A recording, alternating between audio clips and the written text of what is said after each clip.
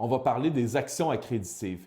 C'est la stratégie qui permet de réduire grandement notre impact fiscal en investissant dans des compagnies qui font de l'exploration minière.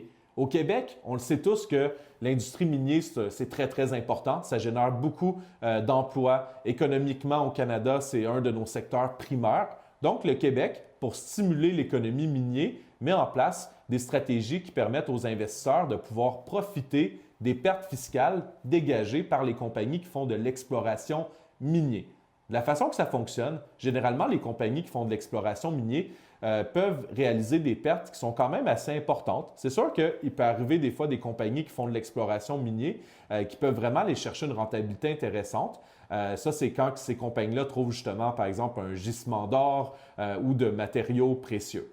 De la façon que ça fonctionne au point de vue fiscal, ces compagnies-là qui font l'exploration minière ont la possibilité de nous remettre leurs pertes fiscales.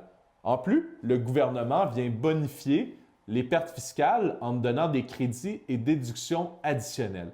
Commençons par le Canada. Au niveau du Canada, on reçoit un crédit d'impôt d'une valeur de 15 en plus d'avoir la déduction fiscale de 100 du montant investi. Par la suite, au niveau du Québec, on a le droit d'avoir une déduction jusqu'à 120 du montant investi si la concentration de notre portefeuille d'actions accréditives est principalement des compagnies qui font de l'exploration au Québec à ciel ouvert. Donc, quand on fait le calcul sur chaque dollar investi en crédit d'impôt et retour fiscal, normalement, on a environ 65 sous de retour qu'on reçoit sur chaque dollar investi. Donc, en gros, on a environ seulement 35 sous qui est mis en risque.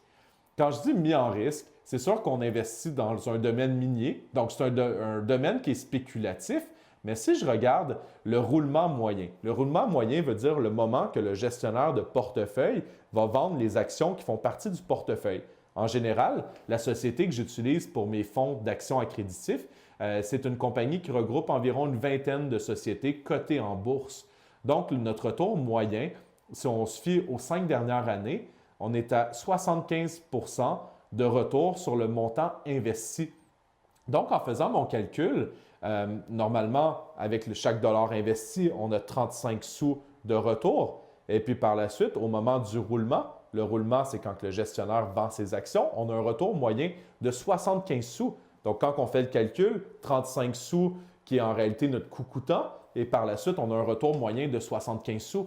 Donc, on se retrouve vraiment avec un investissement qui est lucratif. C'est sûr qu'on ne peut jamais avoir une tangente qui est stable, étant donné qu'on a des années, des fois, qu'on peut même avoir plus que le montant investi, et des fois, on peut avoir des années aussi qu'on peut avoir moins que 75 de retour. J'ai déjà vu une année que l'ensemble du portefeuille avait perdu 50 de sa valeur, mais malgré le fait que 50 de valeur avait été perdu, les investisseurs n'avaient même pas perdu d'argent encore, étant donné qu'il y avait tellement eu de retour d'impôt. Donc, quand on fait le calcul, oui, c'est considéré un produit qui est complexe, un produit risqué, mais mathématiquement, moi, je trouve que c'est un produit qui a beaucoup de sens. Et puis, si on regarde en moyenne l'expérience que mes clients ont eue, tout le monde est très content, puis les gens, normalement, adhèrent année après année dans ces stratégies-là, surtout pour les clients qui ont des impacts fiscaux importants, principalement sur des revenus d'emploi, revenus d'immobilier. C'est là qu'on a le plus d'efficacité fiscale.